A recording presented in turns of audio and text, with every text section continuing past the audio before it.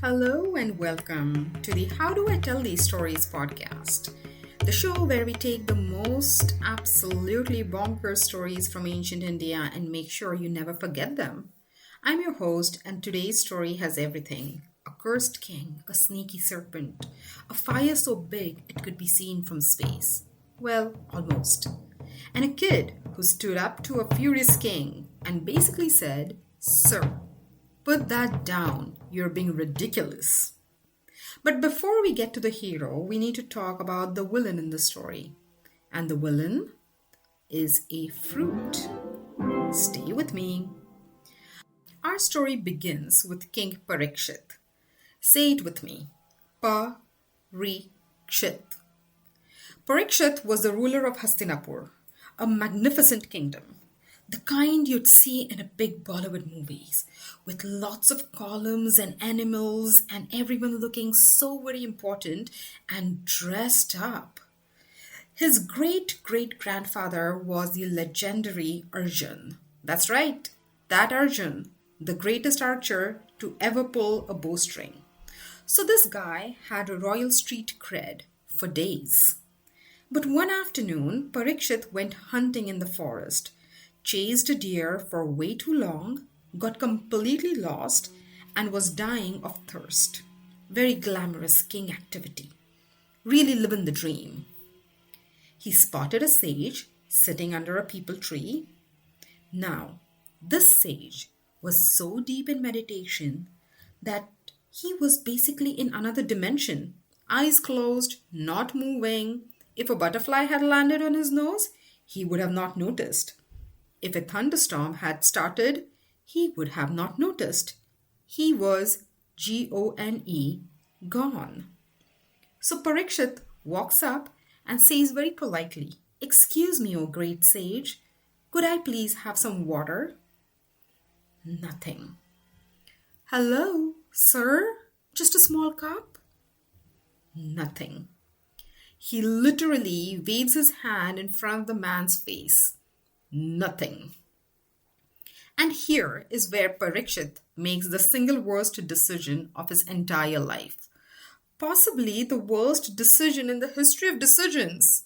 He looks around, spots a dead snake on the ground, picks it up, drapes it around the sage's neck like a scarf. A dead snake scarf. And then walks away like it's funny. King Parikshit, the grandson of legends, put a dead snake on a meditating holy man and left. This is the ancient Indian version of putting a kick me sign on the teacher's back and hoping that nobody notices.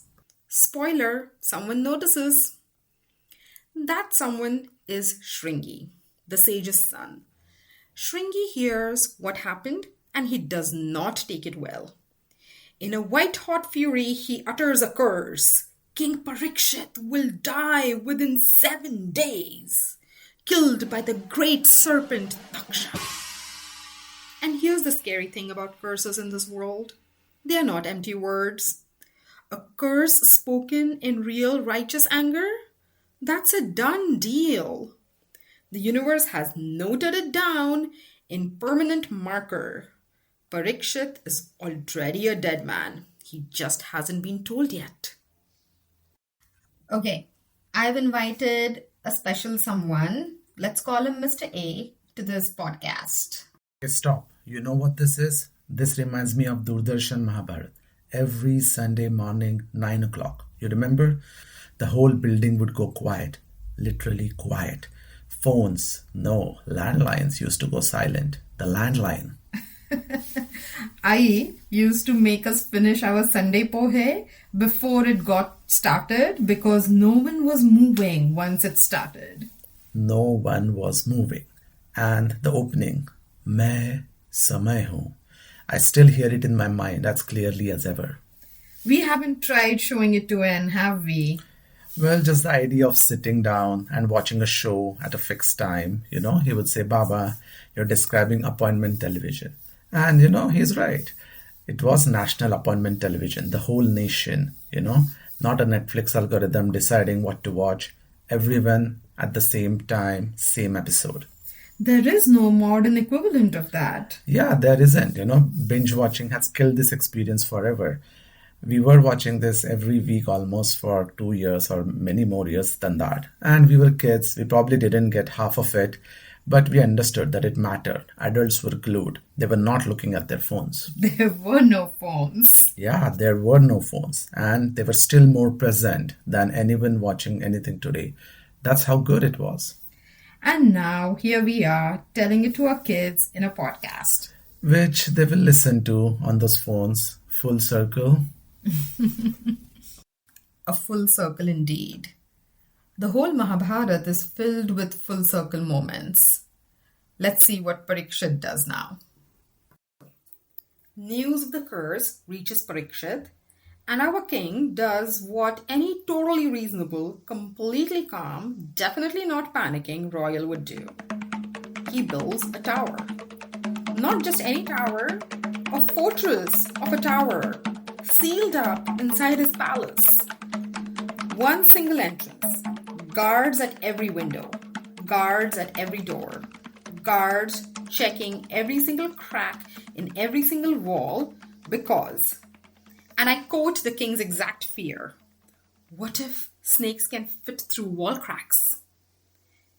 King Parikshit, who once commanded armies, is now worried about wall cracks. This is what a curse can do to a person, friends.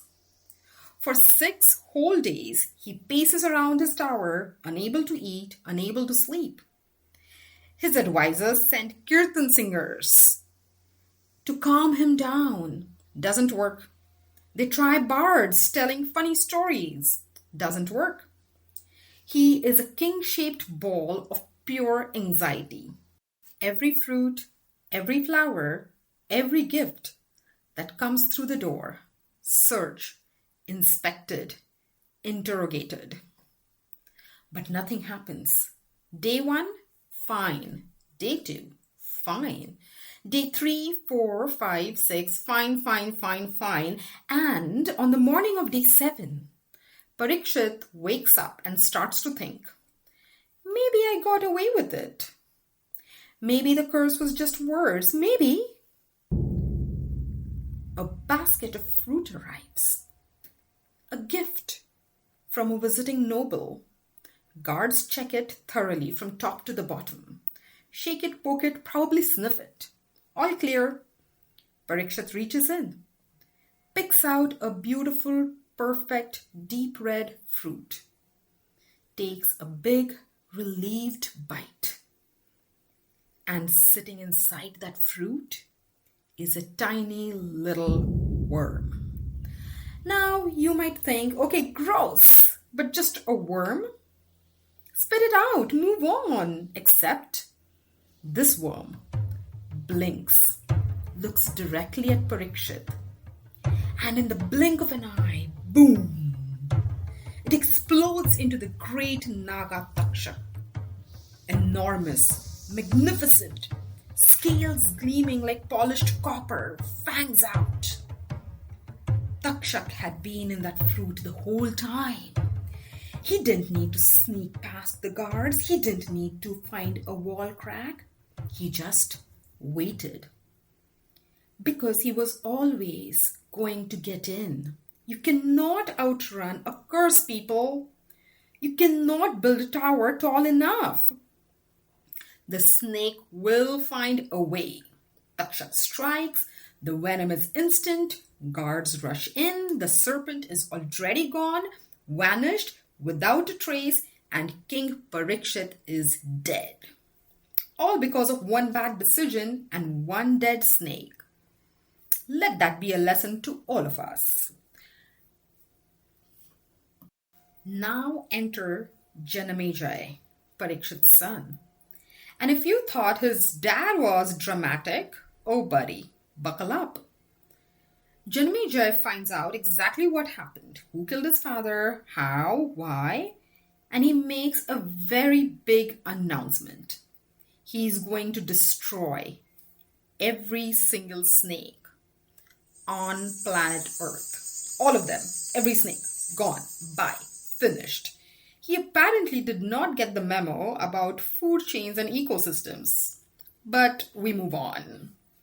He summons every sage and priest in the kingdom and commands them to perform the Sarpasatra, the snake sacrifice, a sacred home kund, a ritual fire so incredibly powerful that it would magnetically drag every single serpent in existence straight into the flames, from forests, from mountains, from the bottom of the rivers, from the Sahyadri ranges, from the ocean floor. Picture the scene, the center of the city, the fire so enormous it roars like a living thing. Hundreds of priests in rows, pouring ladles of ghee, toop, into the flames, chanting perfect thunderous unisons. The fire blazes so high you could probably see it from the next kingdom. And then it starts working. From every direction, snakes begin to move, not because they want to, because they absolutely have no choice. They are being pulled through the air, wriggling and hissing, dragged towards the city against their will. The sky fills with the sound of scales. The people of Hastinapur crowd around to watch. Some of them cheer, some of them cover their eyes, some just standing there and going, this seems like a lot. And it was a lot. It was way too much. Because there's the thing nobody was saying out loud yet. Was this actually justice? Or was this just more of the same? More anger, more fire, more destruction? Okay, now this is the part where the boy, remember the boy? He comes in. Astik. His name is Astik. You know when Maya Ji used to tell me the story? She used to sit up straight when saying the name Astik. Like as if the name itself deserved good posture. Okay. So, Astik, his mother was a Nagakanya, a serpent woman. Beautiful, powerful, Nag royalty basically. His father was a wandering sage, always deep in dhyan, in meditation. Lovely man, but absolutely no idea what day it was.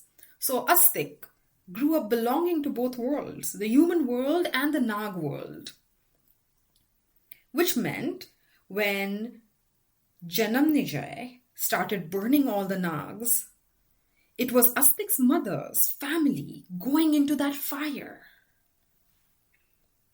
So this is not an outsider coming in with an opinion. This is a boy watching his own family die. And he still walked up to the king calmly, such a brave person. One who loves people on both sides of the fight and still chooses peace. That takes more guts than anything. Okay, so what do you think?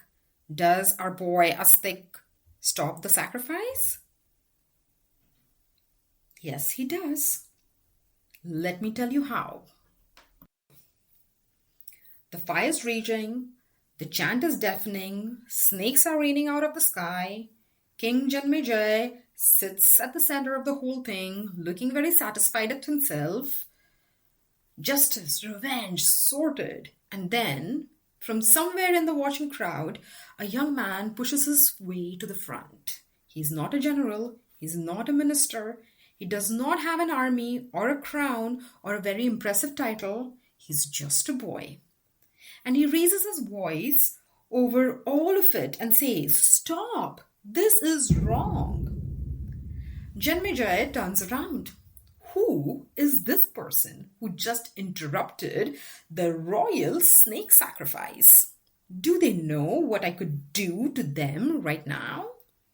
And he looks at this young man, calm, serious, absolutely not backing down, and demands, "Who are you?" And Astik goes, "Glad you asked. My father is the great sage Ratkaru. My mother is a Nag. I am half human and half serpent. I belong to both the worlds you're currently destroying. So you might want to listen to what I have to say, unless you want none of your descendants to ever live in peace. Your call, Your Majesty. Mic drop. The king stares. The priests stare. Everyone stares.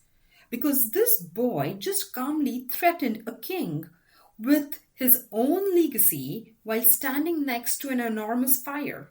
Confidence level absolutely unmatched. And then Astik does something genius. Instead of arguing about the fire, he tells Jananmaya's story. Specifically, a story that started all of this. He says, "Do you know about the Khandav forest? Your own ancestor, Arjun, yes, your great great granddad, helped burn down an entire ancient forest to build the city of Indraprastha. And living in that forest were thousands of nags, serpent beings with homes, with children, with everything, and they burned. They lost it all. Takshak was one of them. He survived. He watched his people burn. He vowed revenge on Arjun's bloodline. He killed Parikshit. Now Janamejaya is burning the nags again. And whoever survives this will vow revenge again. And it will just keep going forever and ever and ever until someone, anyone, has the sense to stop.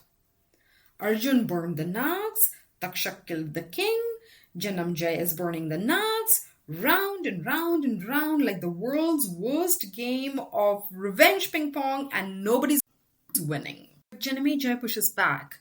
"I am doing this for justice," he says. "Takshak murdered my father." And Astik goes, "Yes."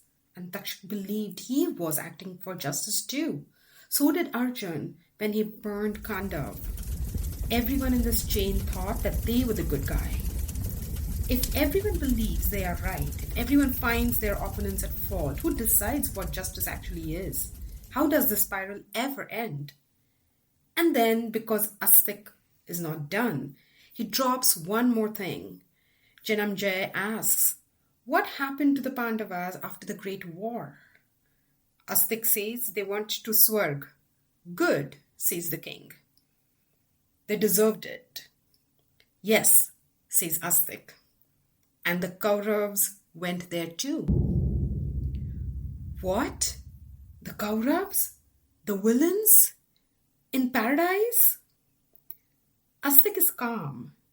Dharma, he explains, is not about defeating your enemies. It's about victory you gain over yourself. The Kauravas fought as warriors and faced their fate. That mattered. You have inherited a kingdom, he tells the stunned king, but you have not yet inherited the wisdom of your ancestors.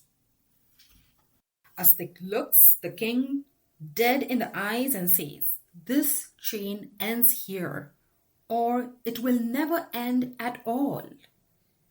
And you know what? Janamejaya listened.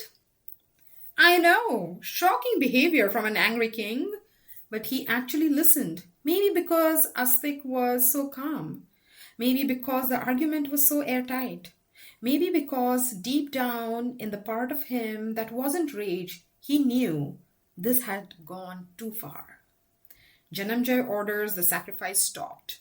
The chanting stops, the fire dies down, the snakes that are still alive scatter, go home, live their little snake lives. Astik stands there, and for a second, the whole city is just quiet. Now, I want you to think about how brave that was. Not Astik running in with a sword, not Astik bringing an army, just a young person with the truth and the guts to say it out loud, right in the middle of a king's tantrum. That is the kind of courage that actually changes things. Astik saved his mother's family, he saved the snakes, he saved Janamejaya from turning into a monster, and he broke a cycle of revenge that had been going on for generations, just with words. Wild, right? The fire dies. The king is shaken. And now, humbled, genuinely rattled, Janamejaya realizes he knows almost nothing about his own ancestors. So he summons the sage Vaishampayan, disciple of Vyas, the man who holds the complete tale of the Kuru clan. Vaishampayana arrives, looks around at the dying fire, the suspended serpents, the stunned priests, sits down. And before he begins, he tells the king one thing. Don't get distracted by the plot or the twists. Within the labyrinth of the story lies the true wisdom. That is your real inheritance. And then he began. Okay, are you ready for the most mind-bending part of this entire story? The whole story, the dead snake, the cursed king, the fruit with the surprise serpent inside, the world's biggest fire, the boy who stopped it all. This is the prologue, the introduction. The previously on before the actual show begins. Because the Mahabharata, the greatest epic ever written, 1.8 million words. The Kurukshetra war, the Bhagavad Gita, Krishna, the Arjuna, all of it is being narrated by a sage to King Janamejaya while all of this was happening. This whole episode is just the warm-up. 1.8 million words. And we just did the cover page. So, we are going to need so many more episodes. We really, really are. Thanks for sticking with me. Until next time, stay curious and remember, every great story has a story behind it.